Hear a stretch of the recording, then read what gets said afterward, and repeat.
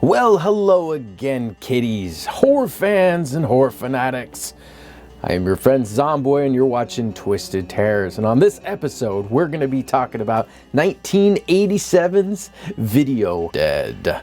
This movie is rated R, comes in at an hour and 30 minutes. It's directed by Robert Scott, starring Michael St. Michael as Henry Jordan, also from the Greasy Strangler fame. Rocky Duvall as Jeff, Roxanne Augustin as Zoe, Victoria Ellison as April. IMDb has this one rated at 5 out of 10. Letterboxd has this one rated as a 2.6 out of 5. I'll read the plot. On a quiet, tree-lined street, an old television set receives a single channel that repeats the same horror film over and over, freeing zombies from the grave to kill. So this one starts off, you have Henry, Mr. Jordan, who's sleeping, and some delivery men from Highlight Deliveries show up in a van. They pull out a crate, they take it up to his door, do some knocking. When he answers, he tells them he didn't order anything, and they told him it's all paid for, so he's just got to take it. Where would you like it, Mr. Jordan? Like what? Where your delivery, Mr. Jordan? Hey, look, there's got to be some mistake. I haven't ordered anything but pizza in the last 6 months. Whatever it is, it's already been paid for by the sender.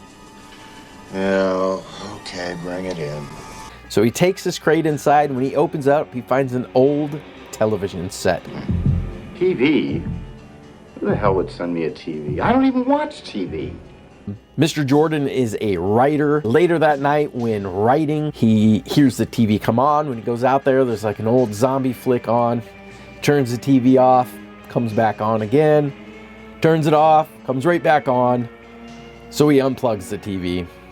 He's awoken that night, in the middle of the night, again hearing the sounds of the zombie movie coming from the living room. And he doesn't realize it, but the TV turned itself on, unplugged, and the zombie that's in the movie starts reacting and looking from the other side to the TV, very interested, and ends up going up to the screen, and he is able to crawl out of the screen and into the world.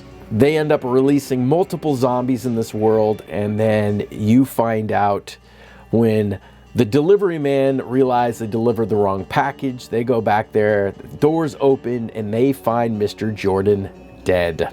So, goes forward a little bit. The house has been sold. There's 2 young adults there. You have Jeff and Zoe, their brother and sister. The parents are living abroad, out of country. So the 2 siblings end up going to the house first to start setting up for their parents' return. So one morning, he's awakened by the door. When he goes to the door, he finds a man named Joshua Daniels, who explains that he shipped a TV and found out it went to this house, and he just needs to get it back. And he explains they just bought the house, and there's nothing in there for him, and they're sorry, and there's no forwarding address to anyone that lived there. And so the man ends up telling him it's very important he gets this TV back and leaves. Jeff is out raking leaves in the yard. He meets a girl down the street. Her name is April. She's walking a dog, and you can tell he's got a crush on her right off the bat. Invites her in for a drink after realizing he doesn't have anything to drink because they just moved in. The dog she's walking, she lets it off leash, and it ends up going out the door.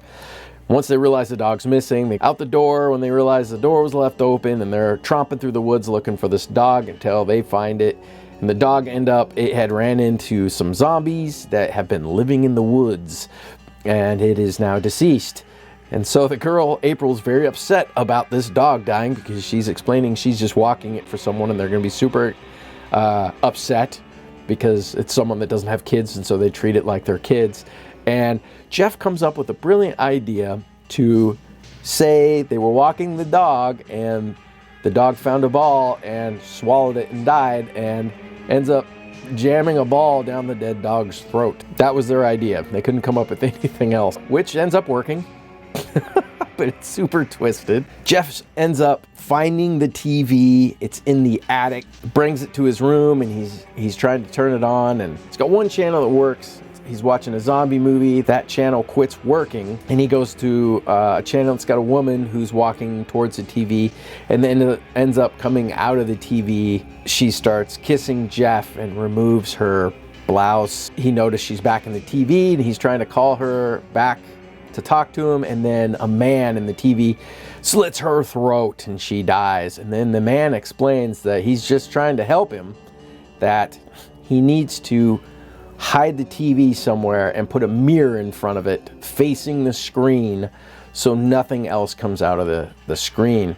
So that's what he does. He finds a mirror, tapes it to the front of the screen, and takes it down to the basement. Doesn't think anything weird about that. The next day he wakes up thinking it's all a dream until he finds a blouse laying on the ground. And also the zombies living in the woods make it into town and end up breaking into April's parents' house, where April's out to school, and both of her parents end up getting killed by the zombies. When she returns home, she finds the carnage and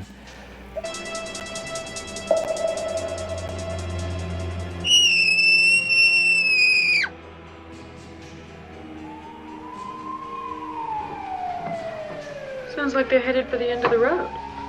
April. ends up going to Jeff's house to stay the night because her parents died. Moves super fast. And again, the next morning, Mr. Daniels shows back up, asking again about the TV.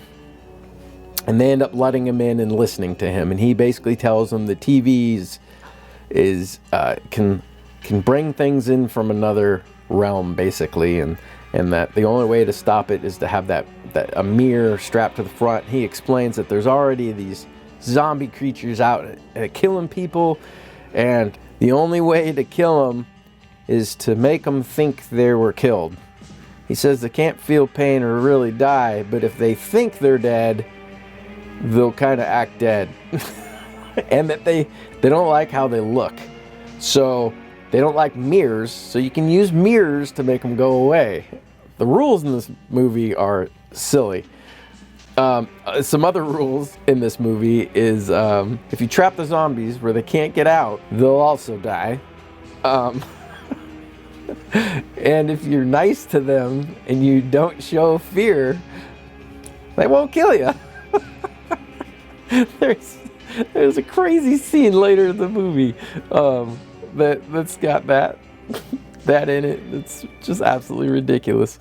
I give it to him for doing something new. There's been other movies that did things like this, like Videodrome and things like that, where they kind of break the reality, bringing things in and out through like TV screens, video games as well. They've done that one. I give it to him for trying something new in this one, but the rules are kind of ridiculous for zombies. Now, the zombies look pretty good. They're obviously just kind of a mask, but they're fun. They're laughing at things. It seems like they have emotion and stuff, which is kind of weird as well, but we'll keep going here. Ends up, one of the zombies takes April and walks off with her out into the woods. And so Mr. Daniels and Jeff decide to gear up and go after her the next morning. So they're going up into the woods looking for her. Jeff's trying to explain there's an old hut up there, and he thinks that's where they're living. Jeff's got a chainsaw, a bow and arrow, a machete, a bear trap, and they head off into the woods. And the first one they come across, he puts 3 arrows in him, which Mr. Daniels is explaining to him, it doesn't even hurt him, but he thinks he's dying, so therefore he falls on the ground and starts acting dead. And so Jeff pulls out this chainsaw and is explaining he wants to cut him up because his favorite movie is Texas Chainsaw Massacre, so he's qualified to operate a chainsaw. And so he ends up starting this chainsaw and cuts him right in half, and there's blood going all over the zombie.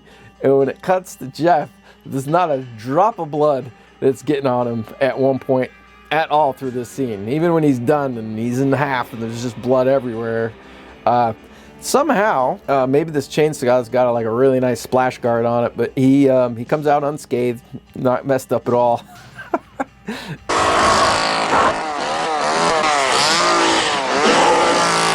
Dispatch that one. They get to the hut.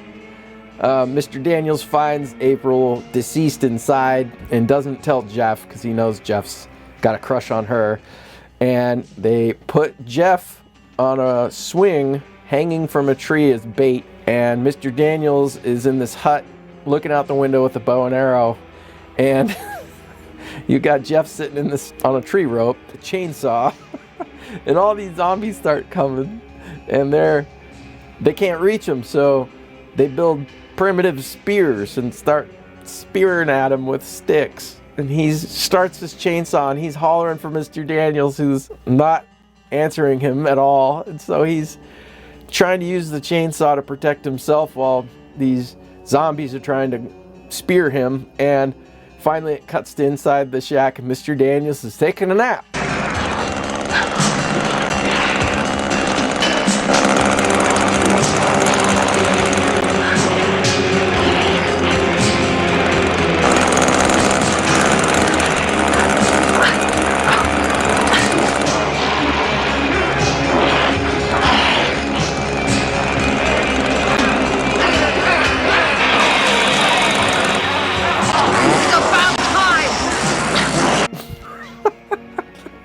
Supposed to be watching this kid and he's taking a nap. He wakes up and he starts shooting him with the bow and arrow, and of course Jeff's swinging at him with the chainsaw and he drops the chainsaw, and one of the zombies she grabs it and starts using it trying to get Jeff out of the tree. And oh man, this scene's great. And so they end up dispatching, I think, all but one of the zombies. Mr. Daniels ends up getting killed.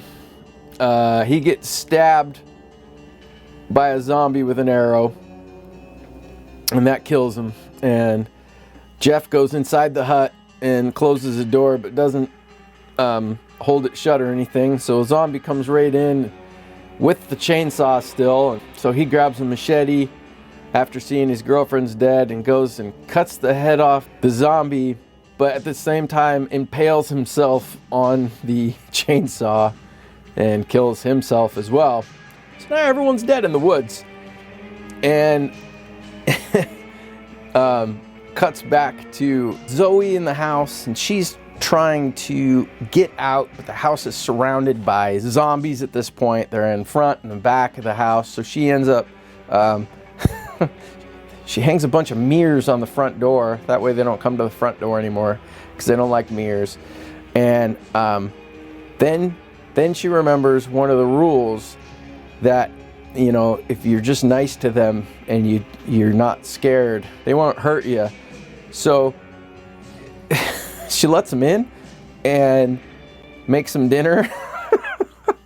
And has got them sitting at the table. One of them's rubbing her hand, and she's making them like beans. None of them are eating, but they're not afraid of her at all, or trying to kill her, or being aggressive. And the one of the zombies, who's like blue, is very interested in her. And at one point, she goes into the kitchen, and they got magazines out, and the zombie's pointing at these two people dancing, saying he wants to dance. So she tells him, well, you can't just dance anywhere. You can only dance down in basements. So we'll go down in the basement and do some dancing. And so she gets all the zombies and she brings them down to the basement and pulls out a record player and tells them, oh, I forgot the records upstairs, so I just gotta go get those. And she starts running up the stairs, and of course she trips and ends up slamming a door that's got a mirror on the back, so they're all stuck in the basement. And once they realize that they can't get out of the basement, they all melt. they die. I mean, it's game over. She ends up in the hospital. She's kind of catatonic. She won't speak. The parents finally come home, and they come to the hospital to see her, and she's not responsive to them at all. And the parents explain to her that she'll be fine, and they're just going to go to the store real quick, but they got her a present. And they go out in the hallway, and they bring in the TV. They set it on a rolling cart, plug it in, and shut the door, and the TV turns on, and it's the zombie movie, and it's the same zombies. They turn around and look at the screen and then start walking towards the screen, and she screams! And that's the end of the movie. So, the weird thing about this movie is I didn't care for this movie. The rules are super bizarre. The acting is awful. To me, there's not a ton of new things here. I will say the zombies look cool. So I have a lot more fun talking about it. I didn't laugh through this movie at all. I remember I was taking some notes, and I kept on writing. These rules keep on getting weirder and weirder. Now that I'm talking about them, they just make me laugh. So maybe if I watched it again or watched it in a group, this would be a fun movie. But I really found myself counting the minutes in this one. Is it almost over? Is it almost over? Trying not to play on my phone. It's just the characters weren't real likable. The zombies were okay. The rules were weird. There was just a lot of stuff to take you out of the movie in this one that I really felt like. I think I ended up rating this one 2 out of 5 on my Letterboxd. I didn't care for it too much. You know, it's an 80s movie, but to me it didn't have that cool 80s vibe that some 80s movies have, like Lost Boys, things like that have that cool 80s vibe. This one didn't have that. And like I said, the TV was weird. I don't know. There wasn't just a lot of original stuff in this movie. So, I mean, it's worth a one-time watch. I'm glad I watched it. I wouldn't watch it again, but it's a decent horror movie that's just, I don't know. I think they were trying to take something that was popular at the time, which was zombie movies, and give it like a refresh. But to me, the rules were ridiculous. Like the whole mirror thing, or pretending to be nice to them. I just didn't understand that. You know, it makes me laugh talking about it now, but while watching it, it just makes you shake your head. So it's just kind of a subpar zombie movie, but it's worth a one-time watch. And you know, if you like this movie, there's nothing against it. There's a lot of movies I like that other people don't. You know, it's personal preference, but for me, this one just didn't hit really in any of the areas that I like. Especially, you know, this is kind of 87 is a prime area where I like a lot of movies in that era, but this one didn't hit for me. So go watch it. Tell me what you think. You know, Video Dead wasn't for me, but I'm sure there's some people out there that really like this movie, and I appreciate watching, appreciate laughing with me, and I will see you on the next one.